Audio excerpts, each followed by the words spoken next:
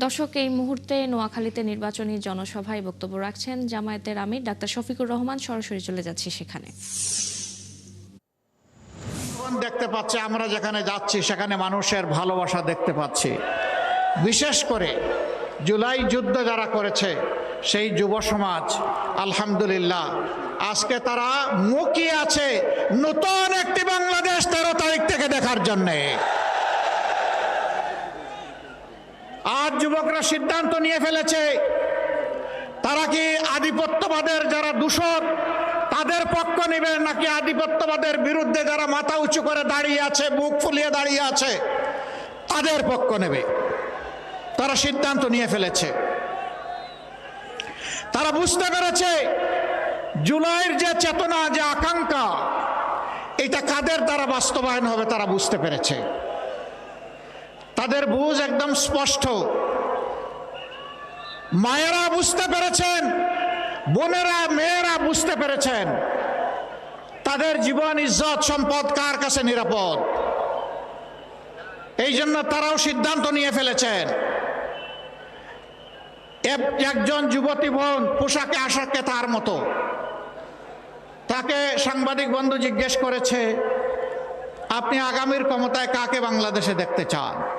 আমরা ক্ষমতা বলি না, আমরা অন্য কিছু বলি, কিন্তু সাংবাদিক তার মতো প্রশ্ন করেছেন। তিনি বলেছেন আগামীর ক্ষমতায় আমরা জামাতকে দেখতে চাই। বলছে জামাত আসলে তো আপনি এই পোশাক পরতে পারবেন না। বলেছে পরবো না।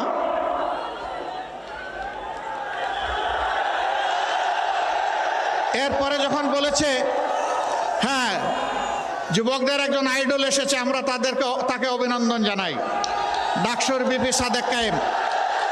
ওই দেখেন বলছিলাম না যে যুবকরা সিদ্ধান্ত নিয়ে ফেলেছে, সেই ডাকটু থেকে সিদ্ধান্ত নেওয়া শুরু হয়েছে আর জকসুতে গিয়ে আপাতত থেমেছে।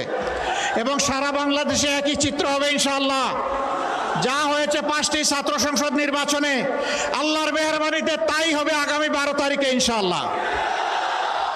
প্রিয় দেশবাসী, এরপরে বোনটিকে জিজ্ঞেস করা হয়েছে জামাতের কোন কাজ আপনার ভালো লাগে?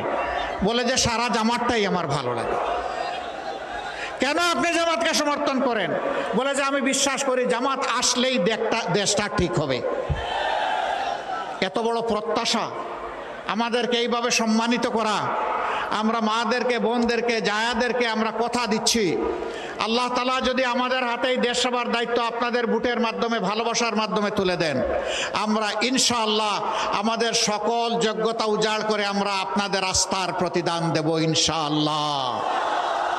আমাদের মায়েরা ঘরে চলাচলে এবং কর্মস্থলে এই 3 জায়গায় শতভাগ নিরাপত্তা এবং সম্মান সেদিন উপভোগ করবেন ইনশাআল্লাহ।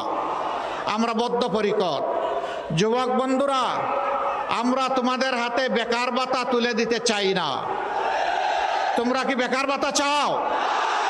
তোমরা দেশ গড়তে চাও? তৈরি হয়ে যাও, এই দেশ তোমাদের হাতে তুলে দেব ইনশাআল্লাহ। 11 দলের প্রার্থীদের মধ্যে ম্যাক্সিমামের বয়স হচ্ছে 45-এর নিচে। এটা কি বার্তা দিচ্ছে জাতিকে? বার্তা দিচ্ছে আগামীর বাংলাদেশ যুব সমাজের বাংলাদেশ। তোমরা থাকবো প্লেনের ককপিটে, বাংলাদেশ নামক যে প্লেন, আর আমরা থাকবো ইনশাআল্লাহ প্যাসেঞ্জারদের সিটে বসে থাকবো আমরা।